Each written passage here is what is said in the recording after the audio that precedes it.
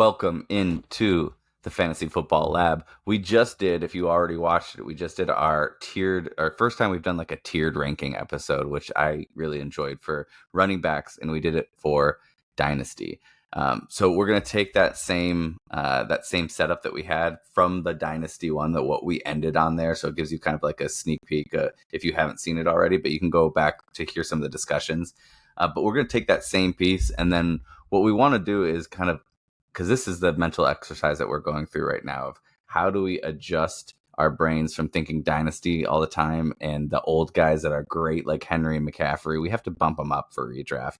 The people like Hampton who might not jump in, or Henderson that might not jump in right away and be effective, that we love for Dynasty, we might need to bump them down quite a bit. So that's what we're getting into today. I'm Arlen. This is Nate. How you doing, Nate?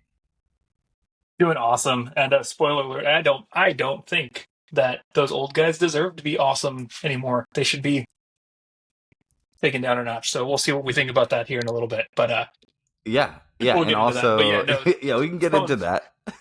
probably one of the biggest struggles that I have thinking about going into this redraft season, like you just said, is getting out of that dynasty framework. I know my first draft every year is all screwed up because I'm putting way too much value on these young guys. So I love that we're doing this, and as we go through each and every one of these different positions. Yeah. My first draft is always dopamine picks, and then for all the new stuff, the new shiny toys, and then it sets in when I look at my roster after, and I look at everybody else's, and I go, oh, I don't think I should have drafted that way. But we'll get into it. Let's take a look. Startup? Yeah, this wasn't a startup draft. Let's get into it. Let's take a look at our running back redraft, half point PPR, tiered rankings, and adjusted from where we'll start as our running back dynasty one. So we'll take that tier system and adjust it. But first, a word from our intro. In my mind, it's half point PPR, just to be down the middle. Yeah, let's see. Let's talk about how we would change this. For me, Barkley would move up, but the top three would stay the same. Jeanty. Okay. In you think Jeanty would go down? Yeah, Jeanty. I was trying to. No, like what else are they going to do? Rashad White? No, yeah, Jeanty's going to still be there. Yeah, I think so. For sure. I would put Kyren in this tier because it's a contract thing. He's going to play this year. I don't see him not playing even if the contract doesn't come through. It's just how long is he locked in for. So I think this year I like him more than Dynasty as a whole until that happens. I would consider putting Henry in top tier. I think you would put Henry way up there for another year. Yeah, I would. Are you just trying to? Okay, sell him? I see what you're doing. I see what you're doing. No, so I would. I could. Here's the deal. If we're doing, I would also be good with having like McCaffrey pulled up. These old guys up here. I like these guys. Jeanty is between S tier and A. I would be like down to have him here as a, because of the question. Do you think he should be in tier A? Who, Jeanty? Yeah. I think I would leave Jeanty up in S tier. I would pull McCaffrey. Makes me nervous up there, man. Like CMC is not. I don't think he's going to give you a season, man. I'll let you choose one to drop of these two as a negotiation compromise. Henry or McCaffrey, who goes to A? That's awkward because they both should. And I think the opposite, so we'll split it. I'm probably bringing McCaffrey down one. Okay. And are you really drafting Jeanty before Henry? All right, that was a good way to put it. Yep. No, I'll leave it there. Are you drafting Jeanty before McCaffrey? I am. Okay. Hampton, I'm going to just put down here and we'll figure it out. Wow. Chan, I think, is in the correct tier. Wow. Kyren, Bucky. I know, I got to think about it for a second. Since we're on this tier, I want to clear it out. I very immediately took that as an offense, but then realized what your thought process was. Oh, because you're a Chargers fan. Yeah, no. Yeah. I'm okay with Kyren here or the next one after I'm looking at this, because I wouldn't choose Kyren over anyone that's up here yet, but I like this tier The only one I'm on is Bucky that maybe I'd move down. I'd leave it alone. I like Bucky Okay. where he is. All right, let's talk about this one. I wouldn't put Kyren any lower. He's locked in here for me. Okay. I like I think Jonathan Chase Taylor's not Brown. moving. Yep, I like Chase Brown here. There's nobody to compete with him really, and he's on a high-powered offense. I think that's a good place for him. The That's where you longer I took a think about deep Brees breath. Hall, the more, yeah, the longer I think about Brees Hall, the more I keep moving him down in my head. Yeah, me too. Let's put him down there. No, I'm just kidding. I'll put him down here, and we can reevaluate. I wouldn't draft. I'll put him here too. I Nope. wouldn't draft Yep. those guys over these guys. Right. Right. So let's look at who is Josh Jacobs is in consideration to move up for me, Okay. and then the old guys of Kamara, Connor, Mixon are potentially. I think I Yeah, like but Josh so Jacobs that's in higher a than him. redraft situation. Him, Jones, all the guys that we moved to the bottom just because of age and uncertainty, but are still like the guys or close to it. So Kamara, I think you've got to move up. I don't. He's not going to be a D tier in redraft. He might be C. That's where I would. That's where my gut says he should be is C Okay. because there's still like. I mean, like Kyren Williams or Kamara, Kyren. Kyren Jonathan and Taylor Taylor, or Kamara, Kyren. Yeah, yeah, yeah. James. I think James Cook for me is still in this tier here, where like Kamara, I Okay. like Walker here, Cook, I don't like Judkins here, Is Judkins even on the Caleb, board still? probably not. I don't know if he is honestly. That's what I was just thinking myself. ETN, I think, is fair to put here. I don't think it's going to be immediate that it's handed away this year. I think his long term is the bigger issue for me. I think I would put him here, maybe even Chuba. So I have Kamara. Okay, Connor. We want if we're like talking about rookies and where they belong, I would put Hampton back in here at C. That's where, yeah, I just don't know how long it's going to take with Najee because I think Najee's going to be at the same level as him. I'm getting less confident with Najee, busted eye or not. No, You don't think they're the same tier in redraft? I think they're the same tier in redraft. I think it's going to be a only because I think they'll split the season. I think Yeah, maybe. I don't know. I don't know. I don't know if it's split or if most of the season is Harris. If Harris stays healthy, then I think it's Harris the whole way for the most part. I'm really confident in Hampton in Dynasty. I'm not confident with him in redraft. I would even put him probably a tier lower than Harris, but like the same I get. Mixon I no, would put up I'd here. reverse that. Do you think that you would put Hampton above him? I'd put Hampton above Harris right now. That's just I'm my gonna put fandom and excitement showing. yeah. You're I'm just gonna rubbing placate you.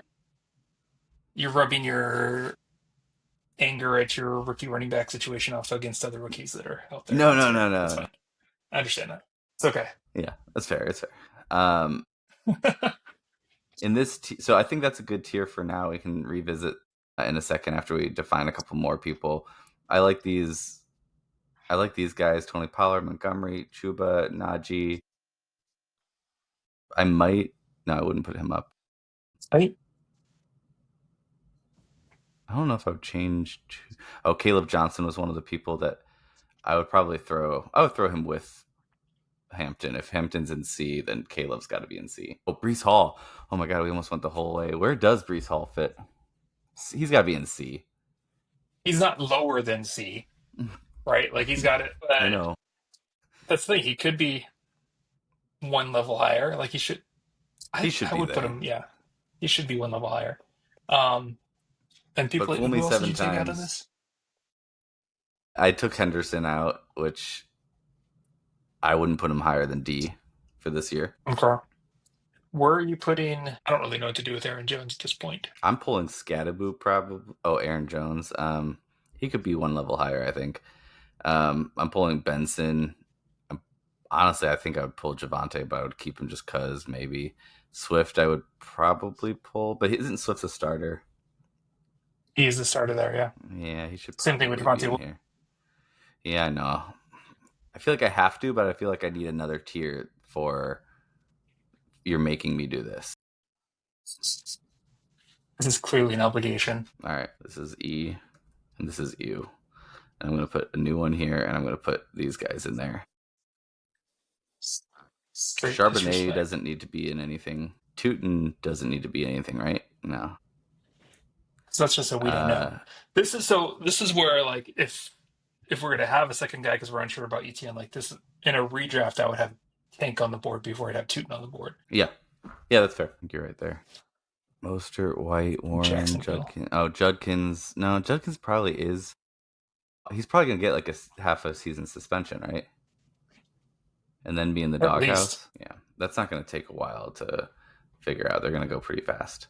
The only reason he's not suspended is he's technically not an NFL employee yet because he hasn't signed his rookie contract, so they can't suspend him. So I would complicated, man. consider putting Scattaboo here because I could see him taking Tracy's over.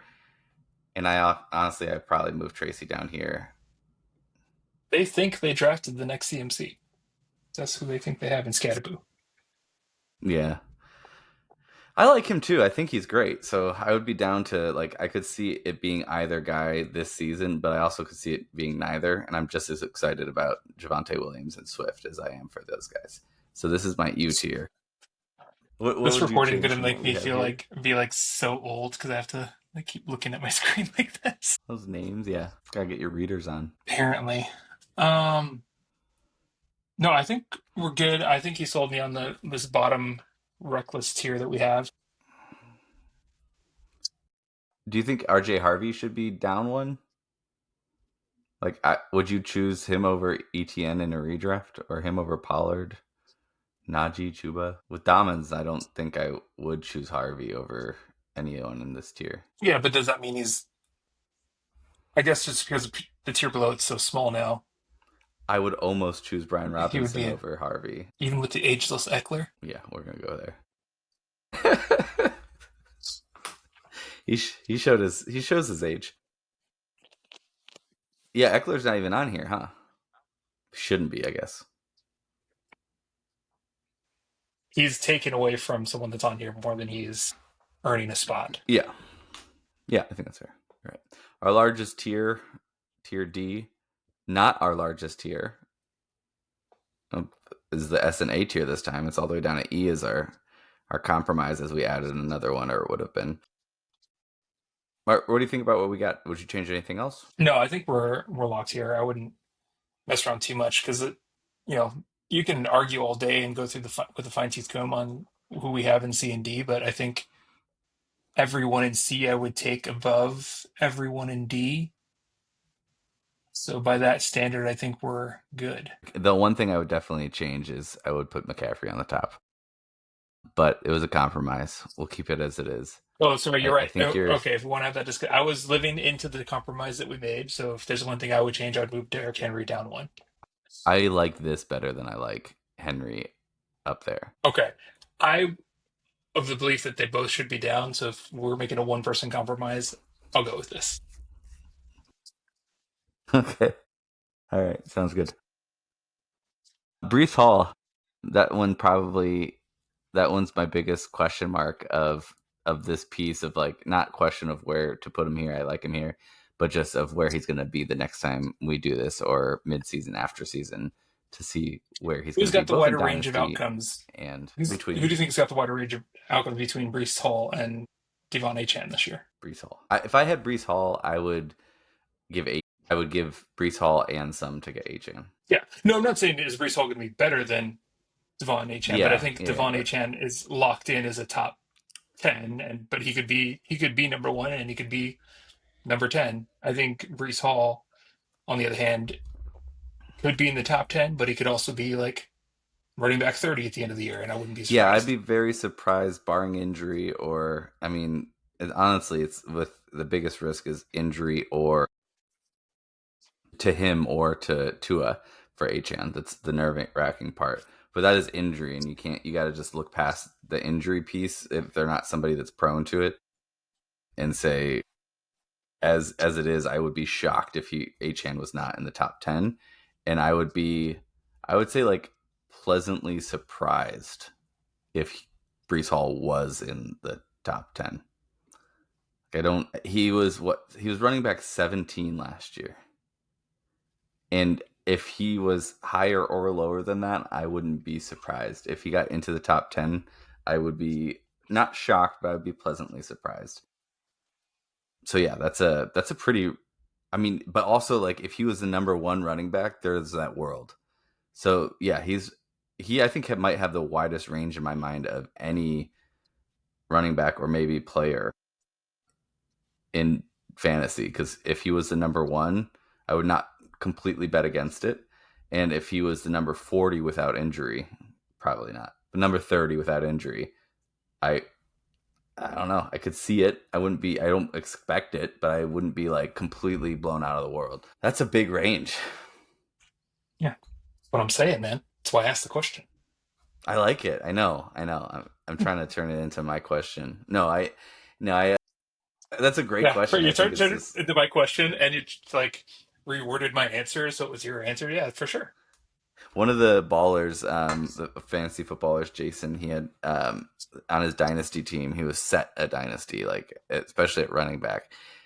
He had I'm gonna forget who the third one was, but it was like I know the two of them were he had as his running backs. He had Brees Hall, he had ETN, and he had one other. I'm looking at the list to see if I can even see who that could have been.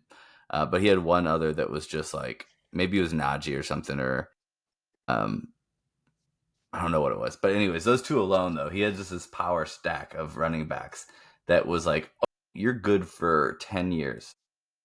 You're good for at least 6 years on these running backs because they're like top of the top tier that could make it past their 30 year and still be productive.